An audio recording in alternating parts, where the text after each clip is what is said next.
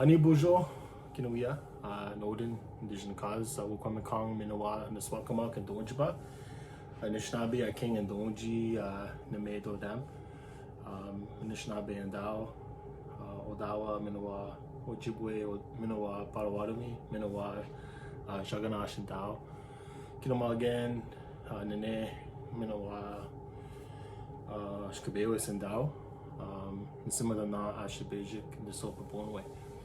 So hello everyone, my name is Josh Lewis, but you could also call me Nodin, which means wind. My family comes from Wukwamikong First Nation, but I grew up in Sudbury, Ontario, and I live now on unceded, unsurrendered Algonquin territory, also known as Ottawa. I'm Anishinaabe. I have roots in Ottawa, Potawatomi, and Ojibwe, Three Fires Confederacy, as well as Shaganash or White. I also said that I'm an educator and a helper, and that I'm 31 winters old, and I'm part of the Sturgeon clan. And so today I wanted to talk a bit about storytelling. And storytelling is a big part of Indigenous cultures, not just Anishinaabe, but many Indigenous nations use storytelling as a way to educate, but also share like different I guess lessons and life lessons, I guess, in a way. It's a way to preserve our way of being. A lot of our languages historically were oral and they weren't written down. That's kind of a new thing. So our storytelling is super important. And so today again I wanted to share that that's kind of the time that we're going into, especially with this change in seasons going on. We're heading into that winter season, and that's a time where I've learned that we're supposed to take time to reflect and hear those stories and kind of get prepared for the springtime. And so it's a great time, like I said, to start learning different stories.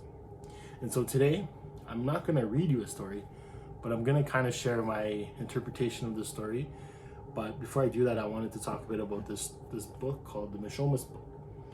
And so it's a really great story that I found many years ago, kind of on the start of my learning journey, I guess, around Anishinaabe teachings.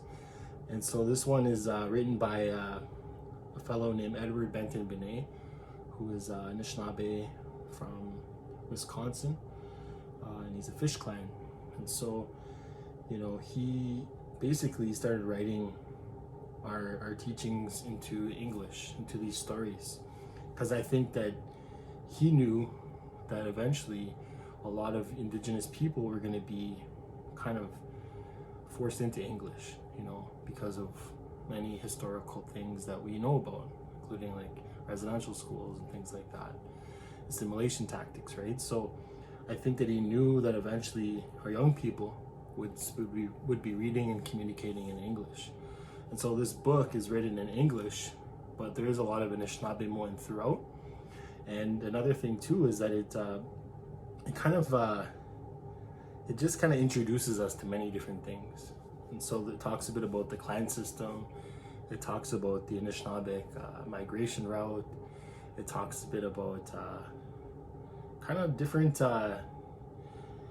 just different parts of Anishinaabe life and our stories that go back a long time ago.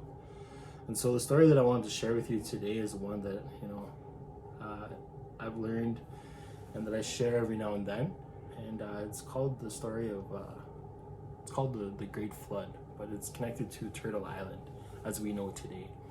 And many Indigenous nations, we refer to North America, so what is known today as Canada, America, and Mexico, we've always referred to it as Turtle Island. And again, that's just an English term, but when you hear that word Turtle Island, that's what that means. It comes from our creation stories. And so I'll share kind of the very quick version that I know. But again, check out this book, the Michomas Book. It's a great starting point for folks that are just learning. And it really has helped me understand. So basically the way that the story goes is that a long time ago, Anishinaabe folks weren't always living life in a good way.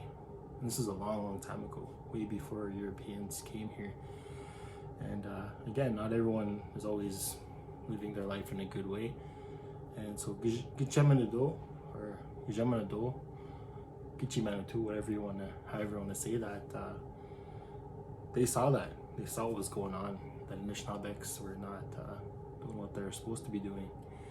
And so with that power that Creator has, he flooded the earth, and so the waters rose.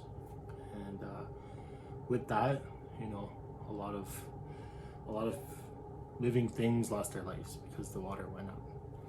And the reason for that was to kind of start off new. It was kind of like a way to give rebirth to the earth, because it wasn't doing things in a good way. And so this story is kind of introducing someone that is in a lot of our creation stories as well. They go by Nanabojo or Wainanabojo. And Wainanabojo is like a trickster. And there's a lot of cool stories about Nanabojo out there that storytellers that are alive today are still sharing. And they're really amazing. So Nanabojo is essentially like a trickster, like an educator. And Nanabojo lives as a spirit, but also as a physical being. So it can shapeshift as an animal to a human to a spirit.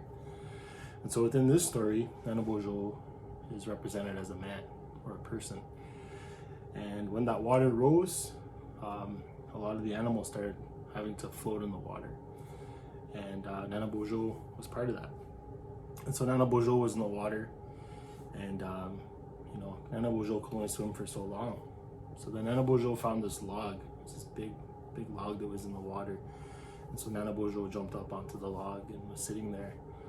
And then all of a sudden animals started coming, you know, the ones that were still being able to float. There were some birds in the sky. There was different animals like the turtle. There was, you know, the loon. There was different animals that all kind of came around this log that was in the water. And Nanabojo was there with them. And I think Nanabojo remembered this story about how to bring the land back, how to bring the earth back. And so Nanabojo knew that he had to jump into the water and dive really deep down. And he had to go all the way down. And again, that water was really high, right? And Nanabojo had to go all the way down and grab some soil so he could bring back up. And so that's what Nanabojo did. They jumped in the water and went down deep. And all the animals were with Nanabojo, and they were kind of worried because Nanabojo went down and he was gone for a long time. I don't know how long he was gone, but for a long time. And then he came back up and he was out of breath. You know, he couldn't actually get all the way to the bottom. And he said that to everyone. He's like, I can't make it. I can't get down there. And so that's when the animals started suggesting that they could help. And so the first one that I learned is that it was the loon. The loon came by and said, hey, I'll try my best. I'll dive deep down. I'll get some soil. And I'll bring it back up to you, Nanabojo. So the loon or the Hmong went down, deep down, tried to get some of that soil. And then came back up. Again, that loon wasn't able to because it was too deep. And so different animals, you know, came in offering their services. The turtle came in, same thing, went deep, came back up, wasn't able to bring any land back. And then there was a few other animals that tried as well. And this was going on for quite a while, obviously. And I think people were starting to get discouraged. You know, what's gonna happen? You know, if we don't get this earth to Nanabojo, we're gonna be stuck on this log, you know, we're not gonna survive. And then so all of a sudden you just hear this little creature kind of start speaking up. And that little creature was a muskrat. And the muskrat was like, hey, I could do it. I'm gonna go down and get you some earth to Nanabojo. But everyone started laughing at that little muskrat. They're like, you can't do that. Look how small you are. You're not gonna make it, you know? And so there's all that kind of people not really trusting that muskrat going on. So all those animals were saying that to the muskrat. But the muskrat went anyways. And he dove deep down into the water. And he was gone for a while. Or they were gone for a while. They were down there for a long time.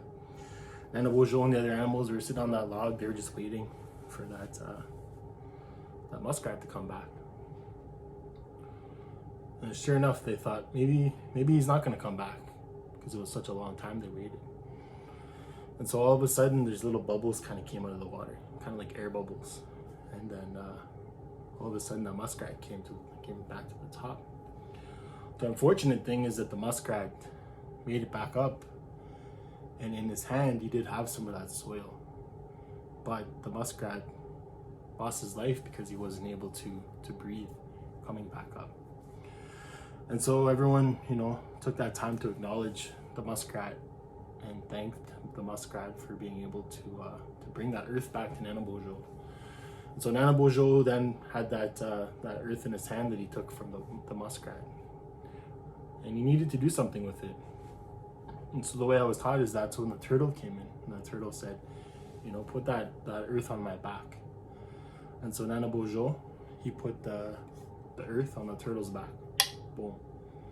And what happened is that Nana Bonjour, the winds, they kind of started spinning around, and that turtle shell got bigger and bigger and bigger, and it grew to what is now known today as Turtle Island.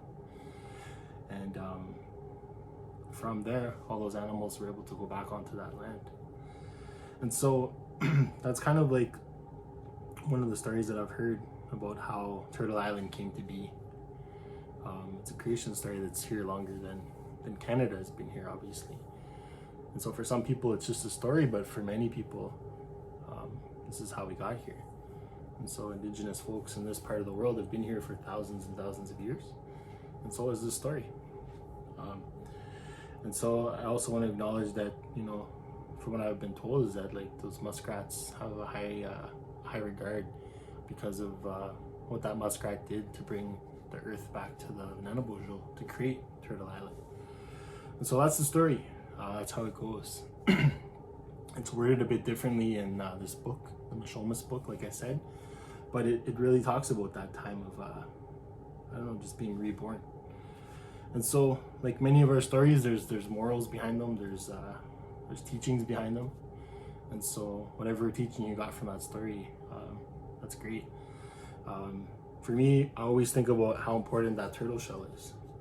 They often talk about how the turtle is a representation of truth. And so truth is like basically what is, the truth of everything. And so when I look at this turtle shell, I'm always reminded by that story, because if we think about how the year works, right? Every year there's 13 full moons that happen. And on the back of every turtle shell, and I've done this, I've counted many turtle shells just to see if this is true. But every turtle shell has 13 sections. So I'll count it out for you. 1, 2, 3, 4, 5, 6, 7, 8, 9, 10, 11, 12, 13.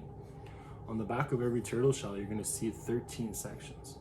And those 13 sections represent the 13 moon cycles that happen every year. So this turtle shell, again, and the turtle represented in Turtle Island is so much more than just a turtle, but it's like truth. It's all of our stories are on the back of this turtle, and all of life is on the back of Turtle Island, right? And so that's kind of how I understand it, and it's really profound, it's really amazing, and I always reflect on it. And so whenever I share that story, I hope that young people kind of get to understand a little bit more about our storytelling and how important it is. So like I said, we're going into that time of winter, and storytelling is so important. So make sure you find yourself some stories for this winter, parents and teachers, and really focus on that. It is going to be a long winter. There's going to be lots of hardships, so we really need to use our stories to entertain us and keep us grounded. And with that, that's what I wanted to share with you guys today.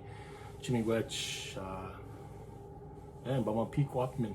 Until next time, take care.